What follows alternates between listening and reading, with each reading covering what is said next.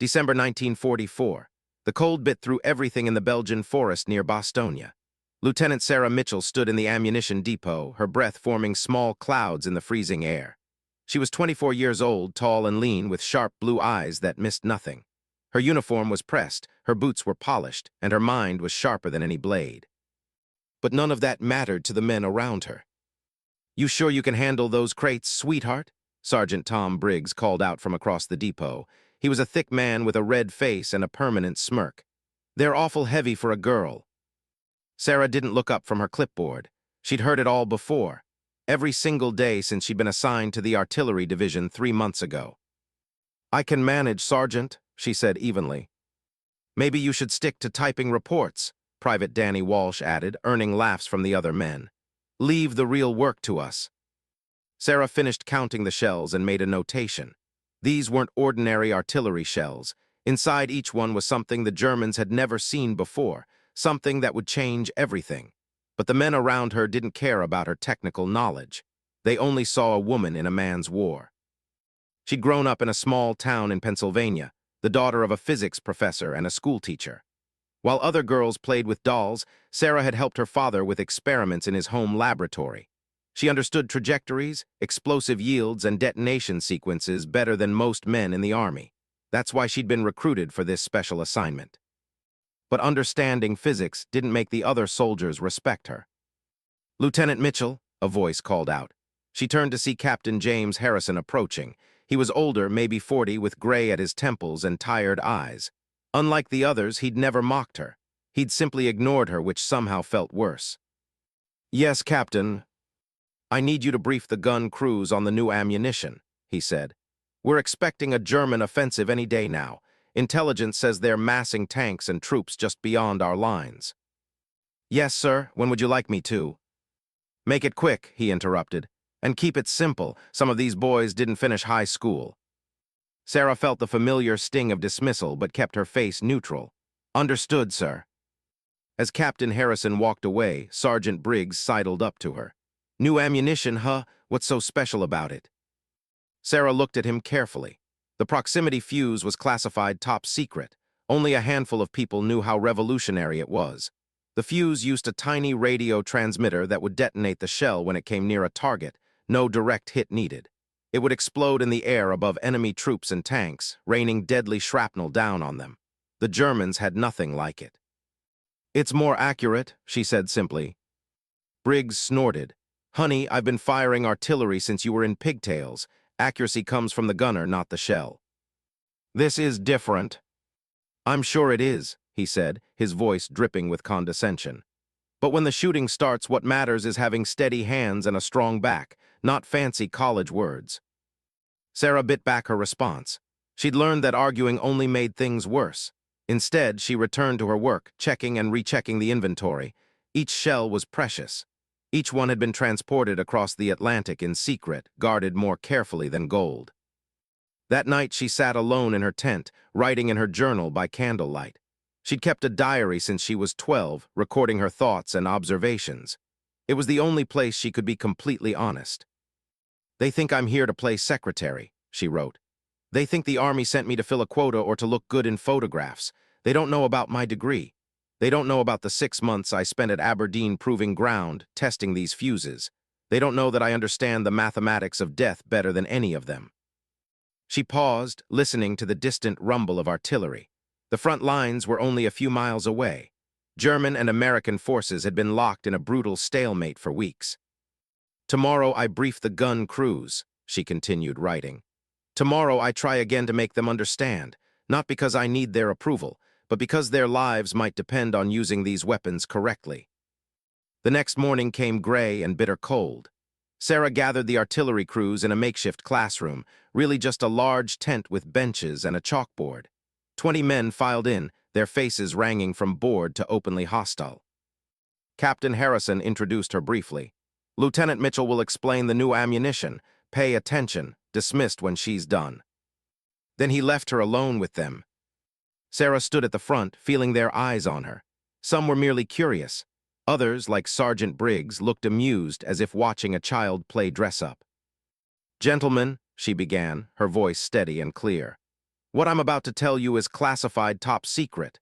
These new shells will give us a significant advantage over the enemy. How's that, Lieutenant? Someone called out. They got prettier paint. Laughter rippled through the tent. Sarah didn't smile. They explode in the air automatically when they detect a target below them. The laughter stopped. Now she had their attention. How? Sergeant Briggs asked, leaning forward. Each shell contains a miniature radio transmitter and receiver. When the transmitted signal bounces back from a solid object below, a tank, a truck, soldiers, the shell detonates at optimal height for maximum shrapnel dispersion. Silence filled the tent. She could see them processing this, trying to understand. That's impossible, Private Walsh said flatly. Can't fit a radio in a shell. It's not impossible, it's done. I've seen it work. You've seen it? Briggs's voice was skeptical. Where? At some safe testing range.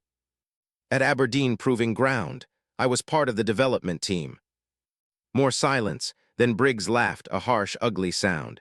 You helped develop a weapon? Sweetheart, I don't know what stories they told you, but... I have a master's degree in applied physics from MIT, Sarah said quietly. I specialized in electromagnetic theory and explosive dynamics. I spent 14 months working on this project before being assigned here to ensure proper deployment. The men stared at her, some with surprise, others with suspicion, and a few, like Briggs, with something that looked like anger. Well, isn't that something? Briggs said slowly. A lady scientist. Tell me, Lieutenant, have you ever been in actual combat, ever seen what happens when shells fall short and kill your own men, ever pulled a friend's body from a burning tank? No, Sarah admitted. Then with all due respect, ma'am, maybe you should let us soldiers worry about fighting the war. The tent erupted in agreement. Men nodded and muttered. Sarah felt the moment slipping away from her. These shells could save your lives, she said, raising her voice. But only if you use them correctly. The fuses are sensitive. They require. We've been firing artillery for years, Briggs interrupted. We don't need a college girl teaching us our jobs. Captain Harrison stuck his head back in the tent. Everything all right here? Just finishing up, sir, Sarah said, though they'd barely begun. Good, Briggs, get your crew to their guns. We've got reports of movement on the German side. The men filed out, leaving Sarah alone with her notes and her frustration. She'd failed to make them understand, and when the battle came, and it would come soon, she could feel it, they wouldn't be prepared. That afternoon, Sarah walked to the forward observation post. She needed to see the ground to understand the tactical situation. If she couldn't make the men listen to her words, maybe she could find another way to help. The observation post was a sandbagged position on a small hill, overlooking the snow-covered forest that stretched toward German lines. Lieutenant Peter Chen was on duty, a quiet officer from California who'd always been polite to her. Lieutenant Mitchell, he said, surprised, what brings you up here? Wanted to see the terrain. Understanding the battlefield helps with ammunition planning. Chen nodded slowly. He'd never dismissed her like the others, maybe because he'd faced his own prejudice, a Chinese-American in a mostly white army. It's quiet now, he said. Too quiet. The Germans are planning something big. How do you know? Radio intercepts, troop movements, and instinct. He handed her his binoculars. Look at that tree line about 1,000 yards out. Sarah looked. At first she saw nothing but snow and pine trees. Then she noticed tracks in the snow, lots of tracks. Tank treads, Chen said. They've been positioning armor all week. We estimate at least 2 panzer divisions, maybe more. Sarah's blood ran cold. 2 divisions meant hundreds of tanks, thousands of soldiers. The American forces here were spread thin, holding a quiet sector that everyone thought was safe. Have you reported this? Every day, command thinks we're being paranoid. Chen's voice was bitter. They don't believe the Germans would attack here in the middle of winter through this terrain.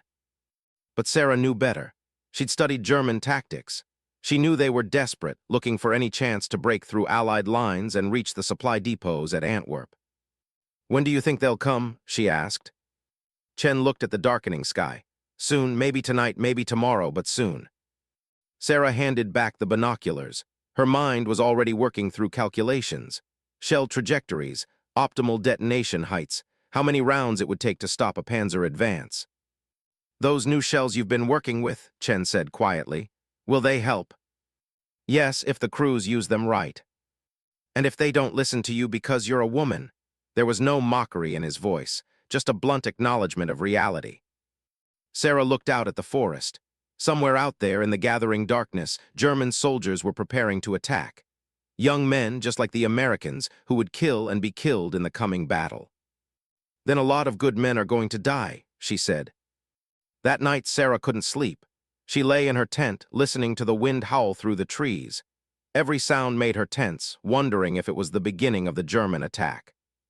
Around midnight, she heard voices outside, angry voices. She recognized Sergeant Briggs and several others. "I don't need some woman telling us our business," Briggs was saying. "Captain's orders," another voice replied. "She's in charge of the new ammunition." "It's ridiculous, probably doesn't even work. Just some fancy idea from Washington desk jockeys who have never heard a shot fired in anger." Sarah closed her eyes. She tried so hard to prove herself. But no matter what she did, no matter how much she knew, they would never see her as anything but an outsider, an intruder in their world of men and war. But she also knew something they didn't. Those proximity fuses worked. She'd seen them in testing, watched them turn practice targets into shredded metal. When the German attack came, these shells would be the difference between life and death. She just had to find a way to make them use the weapons correctly. Or find a way to do it herself. The German attack came at dawn on December 16, 1944. Sarah was already awake, having finally dozed off around 3 in the morning. The first sound was distant thunder, except it wasn't thunder. It was artillery. Hundreds of German guns firing at once, their shells screaming through the gray morning air. Sarah threw on her uniform and boots, grabbed her helmet, and ran outside. The world had transformed into chaos. Shells exploded across the American positions, throwing up geysers of frozen earth and snow. Men ran in every direction, some toward their posts, others simply running from the terror raining down from the sky. "All personnel to battle stations," someone was shouting. "This is not a drill." Sarah sprinted toward the ammunition depot. Her responsibility was to ensure the gun crews had what they needed, especially the proximity-fused shells. As she ran, she saw the flash of explosions lighting up the forest to the east. The German barrage was incredible, bigger than anything the Americans had faced in this sector. At the depot, she found Private Walsh and 2 other men frantically loading shells onto trucks. "Lieutenant," Walsh shouted over the noise, "we're moving ammunition to the gun positions."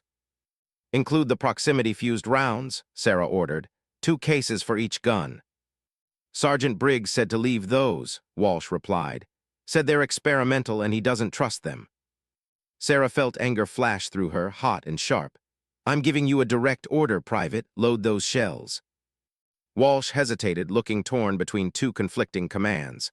Finally, he nodded and called to the others. "You heard the lieutenant. Get those special rounds loaded."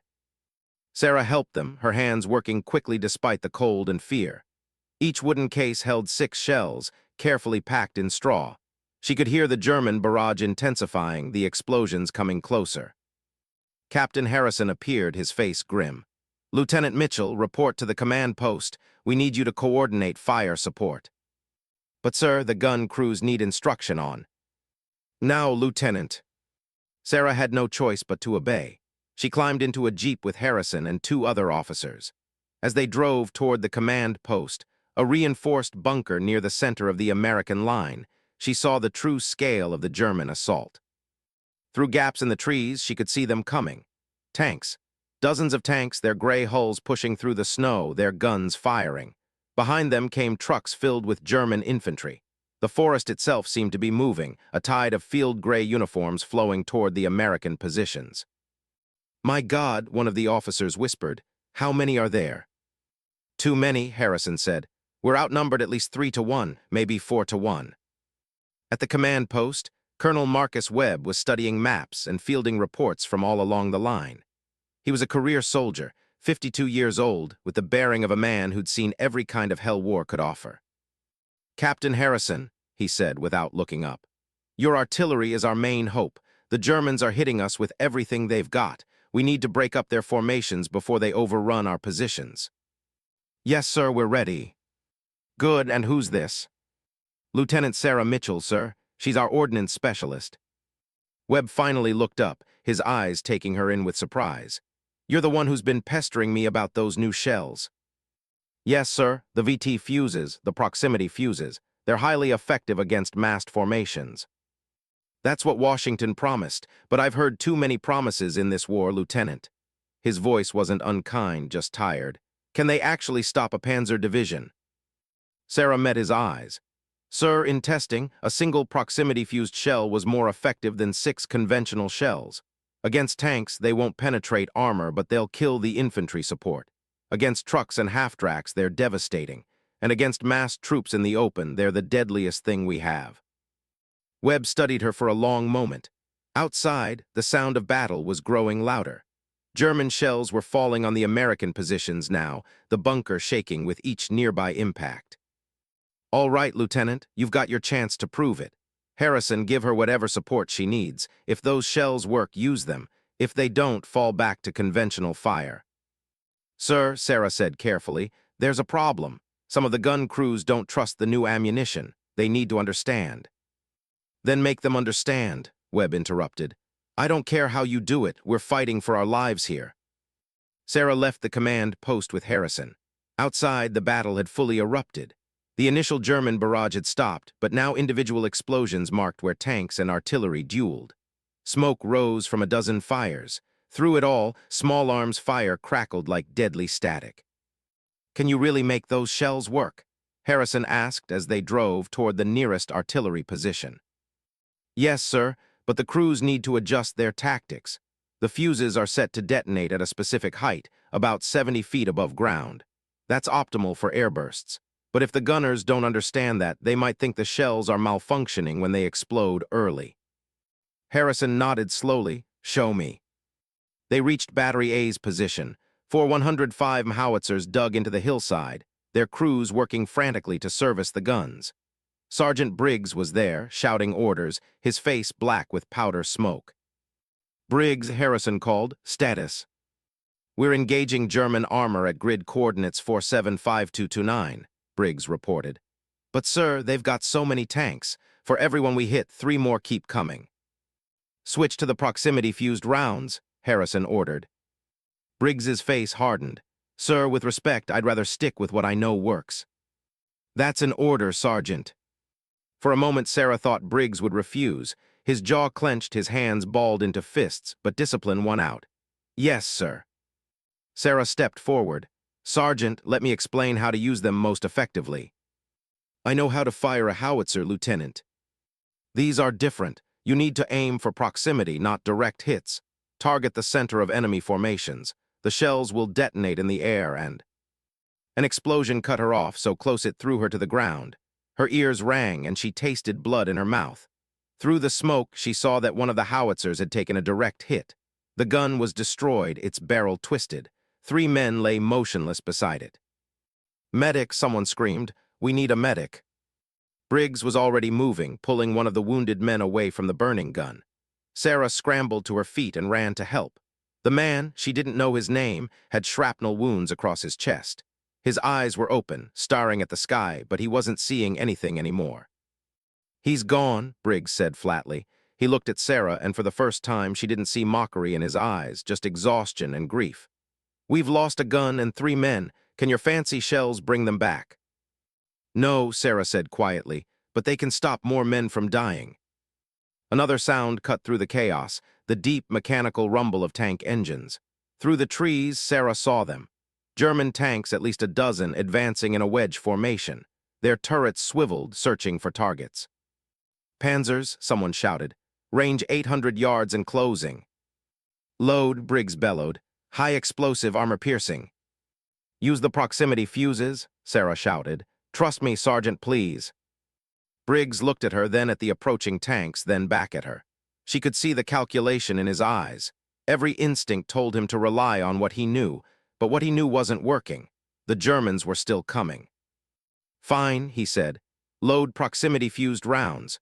But if this doesn't work, Lieutenant, I'm going back to standard shells and to hell with your orders." The remaining 3 guns loaded the new ammunition. Sarah watched, her heart pounding. This was it, the moment when theory met reality, when months of laboratory work and testing would either save lives or fail catastrophically.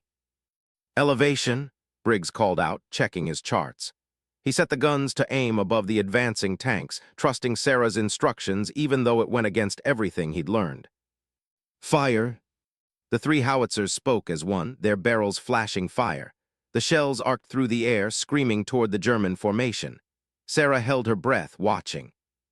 Then the shells exploded, not when they hit the ground, but while they were still 70 feet in the air, directly above the German tanks. The explosions were different from normal artillery. Instead of blasting craters in the earth, they created deadly clouds of shrapnel that rained down on the targets below. The effect was devastating. The proximity fuses worked exactly as designed, detonating at the perfect height to shower the tanks and their supporting infantry with steel fragments. Sarah saw German soldiers fall, saw the infantry support vehicles, thin-skinned trucks and half-tracks, shredded by the shrapnel. The tanks themselves kept coming, their armor too thick to penetrate, but they were suddenly alone, without the infantry they needed for protection.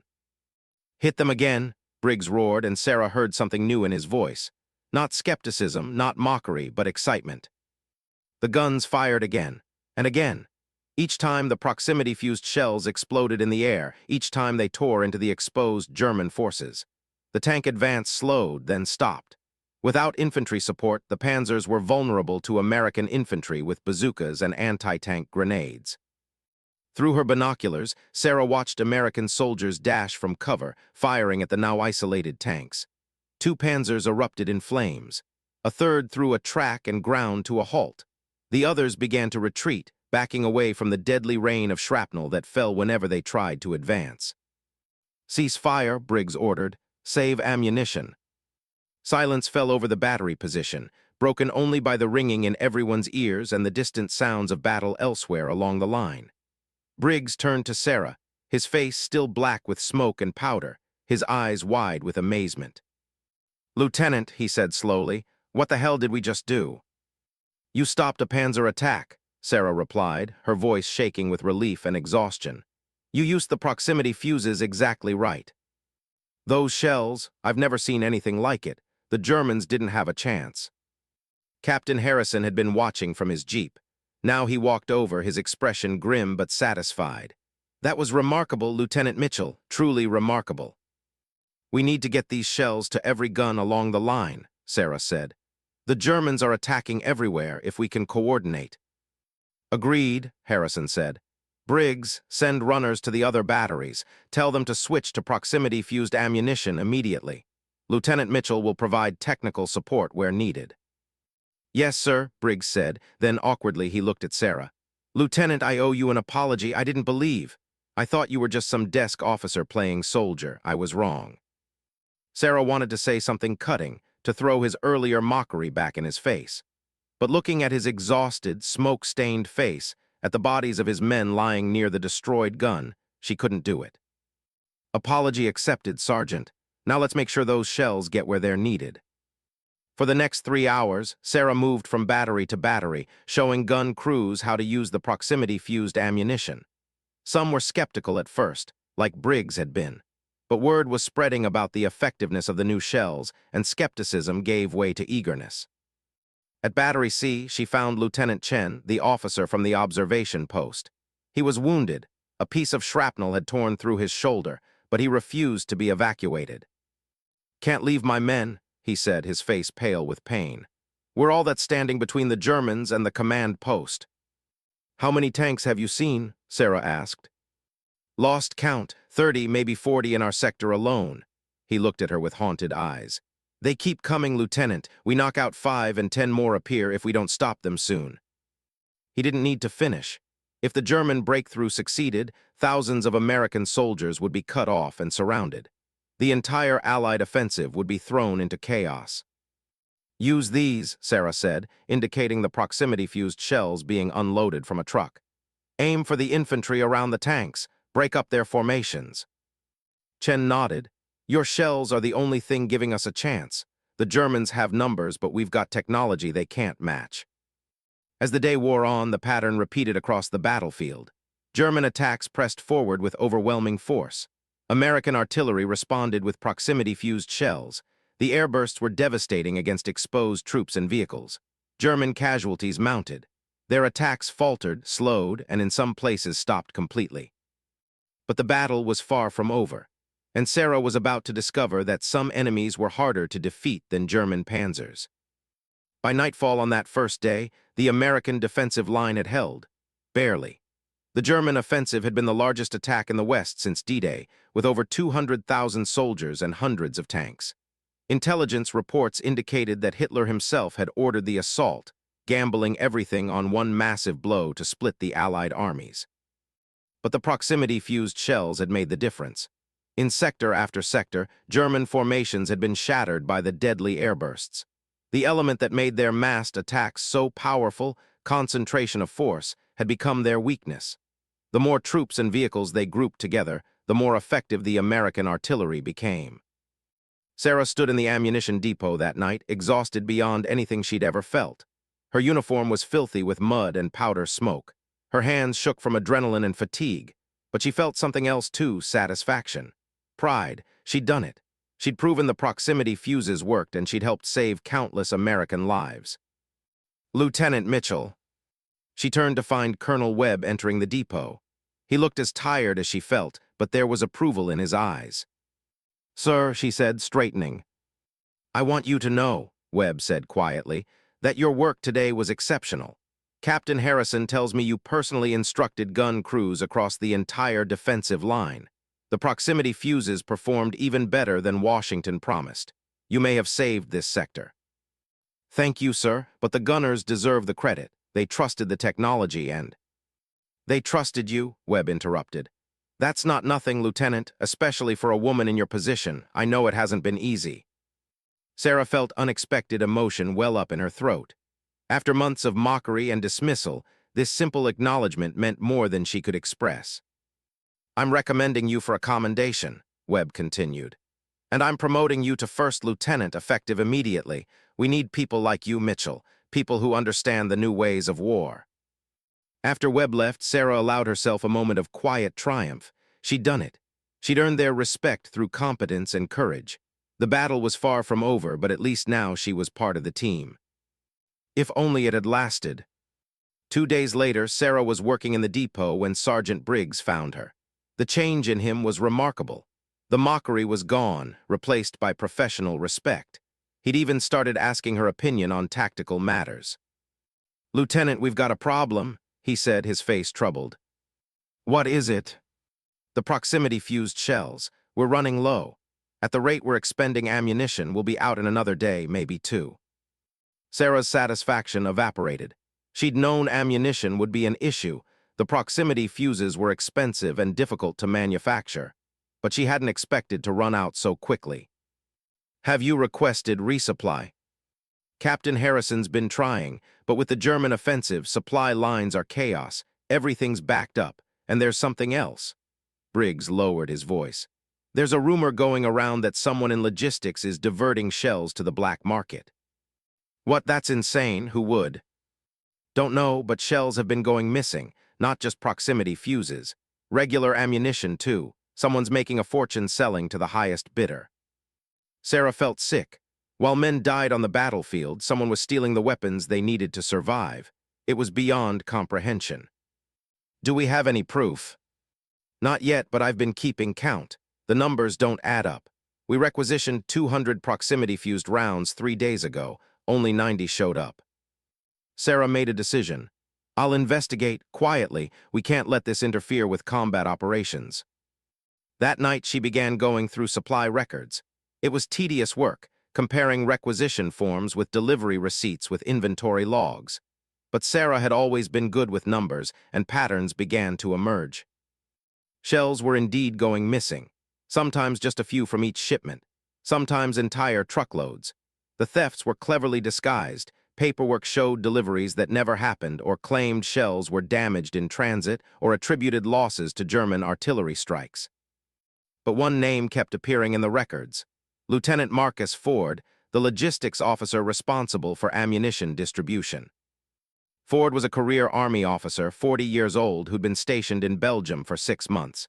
He was well-liked, known for his efficiency. But as Sarah dug deeper, she found discrepancies in his reports. Shipments that he signed for but that never reached the front lines. Invoices that didn't match delivery records. She took her findings to Captain Harrison. "These are serious accusations, Lieutenant," Harrison said, reviewing her evidence. "If you're wrong, you could ruin a man's career." "And if I'm right, sir, he's been stealing weapons while men die for lack of ammunition." Harrison was silent for a long moment. "Ford's got friends in high places, connections back in Washington, if we accuse him without ironclad proof." "The proof is in the records, sir." "Records can be explained away. We need more." Harrison looked at her seriously. "Can you get it?" Sarah thought carefully. "Ford has an office in the main supply depot, if I could search it." "That would be illegal without proper authorization, and if he caught you—" Harrison shook his head. "It's too dangerous." "With respect, sir, men are dying. Every shell that Ford steals is a shell we can't use against the Germans." Finally, Harrison nodded. "All right, but be careful, and if you get caught, I'll deny I knew anything about it." Sarah waited until midnight. The supply depot was guarded, but she knew the duty schedule. She also knew that the guards were tired, focused more on watching for German infiltrators than for American officers moving around inside the perimeter. She made her way to Ford's office, her heart pounding. The door was locked, but she'd prepared for that. She had a set of spare keys that she'd borrowed from the administrative office. The third key worked. Inside, Ford's office was neat and organized. Too neat. Sarah had learned that guilty people often tried to appear beyond suspicion. She began searching, careful to leave everything exactly as she found it. In the bottom drawer of Ford's desk, hidden under a stack of blank forms, she found a ledger. A personal ledger, separate from official records. It detailed transactions, shells sold, money received, contacts in the black market network that was supplying criminals and even enemy forces with stolen American weapons. The amounts were staggering. Ford had stolen over $1 million worth of ammunition. The proximity-fused shells were especially valuable because they were so rare and effective. Sarah was photographing pages with a small camera when she heard voices outside. Men approaching. "Check the office, then we'll do the rest of the rounds." "Guards coming here." Sarah grabbed the ledger and looked for a way out. There was only one door and the guards were approaching it. A window, but it was small and would make noise if she opened it. No choice, she slid under Ford's desk, pulling the chair in to hide herself. The door opened, flashlight beams swept the room. "Looks fine," one guard said. "Cold in here, though. Ford always keeps it like an icebox." "Rich officers, they can afford to burn coal," the other replied. "Come on, let's finish the rounds. I'm freezing." They left. Sarah waited 5 minutes, then 10, to make sure they were gone. Finally, she emerged, her legs cramped and aching. She had the evidence. Now she just needed to get it to Colonel Webb. But when she left Ford's office, she found herself face to face with Lieutenant Ford himself. "Lieutenant Mitchell," he said pleasantly, "working late." He was a handsome man, tall and confident, with the easy smile of someone who'd never doubted his place in the world. But his eyes were cold as he looked at her. "Just checking inventory records, sir," Sarah said, trying to keep her voice steady. "We've had some discrepancies." "Have we? That's concerning." He glanced at the ledger she was holding. "Is that my personal ledger?" "I found it in your desk." "I see." Ford's smile didn't change, but something dangerous entered his voice. "You know, Lieutenant, I've heard you've been quite the hero these past few days. The wonder weapon and the woman who understood it. Very impressive." "Thank you, sir." "But heroes can have accidents, especially during wartime, especially when they go places they shouldn't and see things they shouldn't see."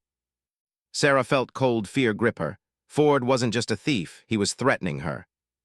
"Colonel Webb is expecting me," she said, "if I don't report in." "You'll report that you found nothing," Ford interrupted. "You'll return my ledger and forget everything you saw, and in return I won't have to mention how I found you breaking into my office in the middle of the night, how you were acting suspiciously, how you might even be a German spy." "No one would believe that." "Wouldn't they? You're a woman in a man's job. You have access to secret weapons technology, and you've only been in theater for 3 months. When I accuse you of espionage, when my friends in Washington support my story, who do you think they'll believe? Me, a career officer from a respected family? Or you, a nobody from nowhere who should be home having bobbies instead of playing soldier. Sarah realized he was right. Ford had power and connections. She was a junior officer with no allies except a few soldiers who'd only recently stopped mocking her. "What do you want?" she asked quietly. "Give me the ledger, forget what you saw. And maybe, I'll make sure some of those proximity-fused shells actually reach the front lines." Sarah looked down at the ledger in her hands. Evidence of Ford's crimes. Evidence that could stop him from stealing more weapons that soldiers desperately needed. But if she tried to use it, Ford would destroy her. He had the power to brand her a spy, a traitor, a threat. Everything she'd accomplished in the past few days would be erased, and Ford would continue his theft. Unless... "All right," Sarah said, extending the ledger toward Ford. "You win." As his hand reached for it, Sarah pulled back suddenly and ran. She was smaller than Ford, but faster. She sprinted through the supply depot, dodging between stacks of crates and pallets. "Stop her," Ford shouted behind her. "That woman is a spy, stop her." Guards appeared, confused, not sure who to believe. Sarah kept running, the ledger clutched to her chest.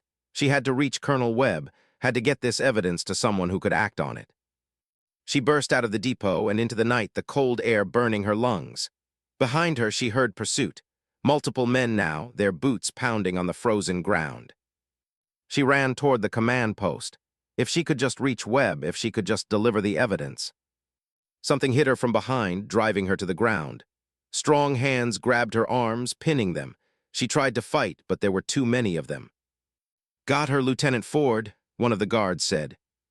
Ford walked up slowly, breathing hard. He knelt down beside Sarah, his pleasant mask finally dropped to reveal the cruel, greedy man beneath. "You stupid girl," he said softly.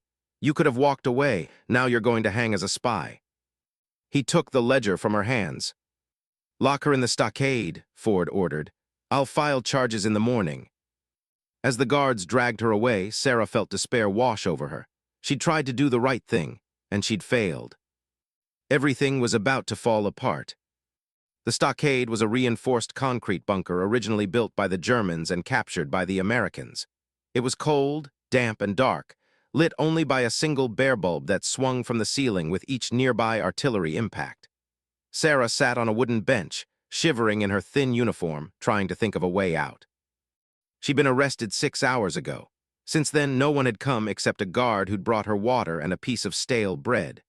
No lawyer, no officer to explain the charges, no one.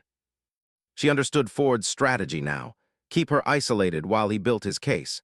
By the time anyone questioned her, he'd have fabricated enough evidence to make his spy story stick. She'd be court-martialed, possibly executed. And Ford would continue stealing ammunition while men died for lack of weapons. The injustice of it burned in her chest. She'd worked so hard, proven herself so thoroughly, and one corrupt man could destroy everything in a single night. Footsteps outside, the heavy door swung open. Sarah looked up, expecting a guard. Instead, she saw Sergeant Briggs. "Lieutenant," he said quietly, glancing back to make sure no one was watching. "We need to talk fast. I'm not supposed to be here." "Briggs, what's happening?" "Ford's been busy. He's filed charges against you, espionage, theft of military property, conduct unbecoming an officer. He's got 3 soldiers who claim they saw you meeting with suspicious individuals. Claims he caught you with stolen documents." "It's all lies. I was investigating him. He's been stealing ammunition and selling it on the black market." Briggs nodded slowly. "I believe you, so do a lot of the men. We've all noticed supplies going missing, but Ford's got powerful friends and you're..." He trailed off. "I'm a woman," Sarah finished. "An outsider, easy to blame."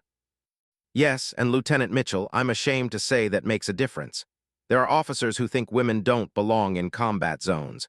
Ford's giving them an excuse to agree with him." Sarah felt tears of frustration prick her eyes, but refused to let them fall. "Then, what do we do?" "I don't know yet, but I wanted you to know you're not alone. Lieutenant Chen's been asking questions. Some of the gun crews are speaking up in your defense, and Captain Harrison is trying to get you a fair hearing." Briggs paused. "But Ford's moving fast. Your court-martial is scheduled for tomorrow morning." "Tomorrow? That's impossible. There hasn't been time for a proper investigation." "Ford's claiming emergency circumstances. Says we can't risk having a spy operating during an active German offensive." Briggs's face was grim. He's got Colonel Webb convinced that speed is essential. After Briggs left, Sarah sat in the darkness and tried to fight off despair. She'd come so far, overcome so much. But now, at the moment when she should have been celebrating her success, she was about to lose everything.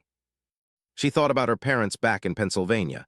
They'd been so proud when she'd been accepted into MIT, so worried when she'd joined the army. Her mother had cried the day she left for Europe. "Come home safe," she'd said. "That's all I ask." Sarah had promised, but now it looked like she'd break that promise. The night dragged on. Sarah dozed fitfully, jerking awake at every sound, half expecting guards to come and execute her without even the formality of a trial. But morning came, gray and cold, filtering through the single small window. Guards arrived to take her to the court-martial. They weren't cruel, just professional and distant. Sarah noticed they wouldn't meet her eyes.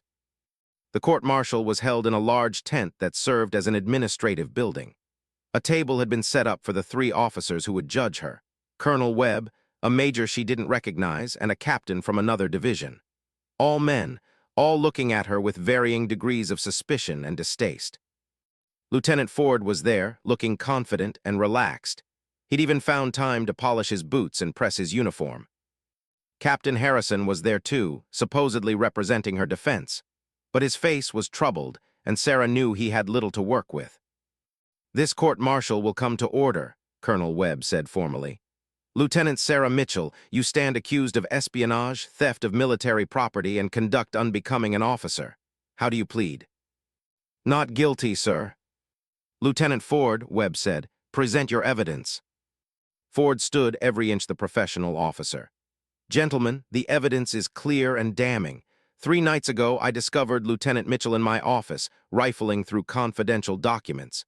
When I confronted her, she fled and was apprehended by military police." "What was she looking for?" the major asked. "Information about our ammunition supplies, specifically the proximity-fused shells. She had a camera and was photographing documents detailing our inventory and deployment." "For what purpose?" "To pass to the Germans, sir. The proximity fuses are our most valuable secret weapon. German intelligence would pay handsomely for information about them." Sarah wanted to scream at the lies, but Harrison had told her to stay silent during Ford's testimony. "I have statements from 3 soldiers," Ford continued, "who observed Lieutenant Mitchell meeting with suspicious individuals in town. She claimed she was purchasing supplies, but the witnesses report that she seemed nervous and was passing envelopes, possibly containing photographs or documents." More lies. Sarah had never met with anyone suspicious, but she realized how clever Ford was. He was taking innocent actions. She had gone into town twice to buy toiletries and casting them in a sinister light. "Furthermore," Ford said, "when we searched her tent, we found this." He held up a small notebook. "It's written in code. Our intelligence officer is still working on decrypting it, but preliminary analysis suggests it contains military information." Sarah's blood ran cold. That was her personal journal where she'd recorded her thoughts and observations. Written in her own shorthand because it was faster, not in code at Retry Claude can make mistakes. "Please double-check responses."